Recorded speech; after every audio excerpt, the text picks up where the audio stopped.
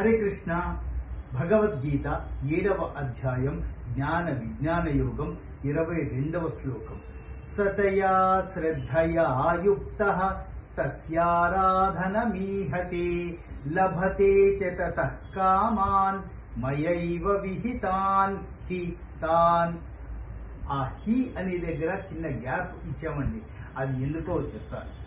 శతయా శ్రద్ధయా యుక్తః, ఎలాంటి భక్తుడు ఎలాంటి పూజ ఏ దేవతామూర్తికి చేస్తున్నాడో నిష్కామకర్షగా, ఇంకా రెండో మాటే వద్దు, నాకు ఈ పని చేసి తీరాలి, ఈ పని జరిగి తీరాలి, కనుక ఈ పని కోసమే తల్లి నీకు నేను ప్రత్యేకంగా పూజ చేస్తున్నాను అని అంటే హి అని ఇందాక అన్నాను చూసారా, నిస్సందేహంగా, ఇంకా ఎలాంటి సందేహాలు, ఈ పూజ చేస్తే అవుతుందా, ఏదో ఇంకొక పూజ కూడా చేయాల్సి వస్తుందా, ఇంకా సందేహాలు లేవండి.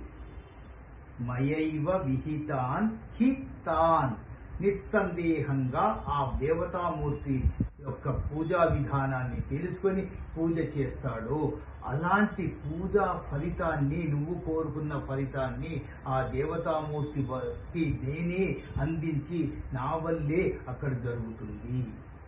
ఫైనల్ గా శ్రీకృష్ణ పరమాత్మే ఇస్తున్నారు.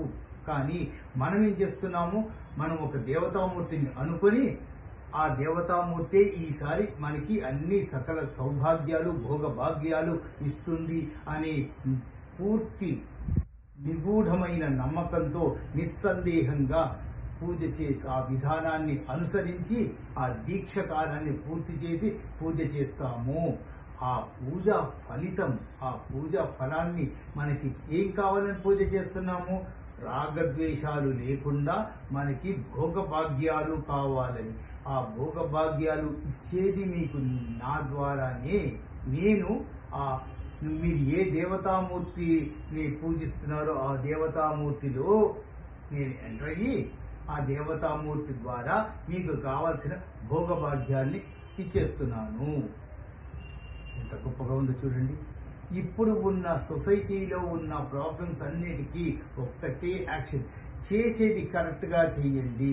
ఈవెన్ ఈ రోజు రేపు చెప్పుకుంటున్న నేను సోకాల్డ్ రాజకీయ నాయకుడిని అని ఒకళ్ళు, ఇంకొకళ్ళు కౌన్సిలర్ అని, ఇంకొకళ్ళు వార్డు మెంబర్ అని, ఇంకొకళ్ళు ఎమ్మెల్యే, ఇన్ని రకాలుగా ఉన్నారు కదా.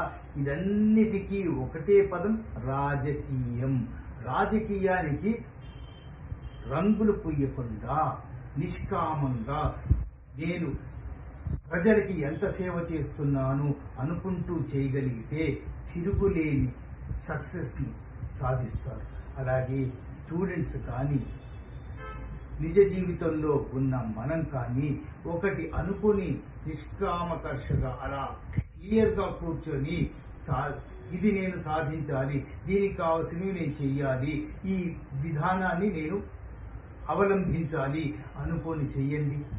తిరుగు లేకుండా సక్సెస్ మీ వెంట ఉంటుంది అని శ్రీకృష్ణ పరమాత్మ చెప్తున్నారు. ఈ శ్లోకాన్ని ఒకసారి చూద్దామా. శతయా శ్రద్ధయా యుక్తః తస్యారాధనమీహతే లభతే చ తతః కామాన్ మయైవ విహితాన్ హి తాన్. హరే కృష్ణ.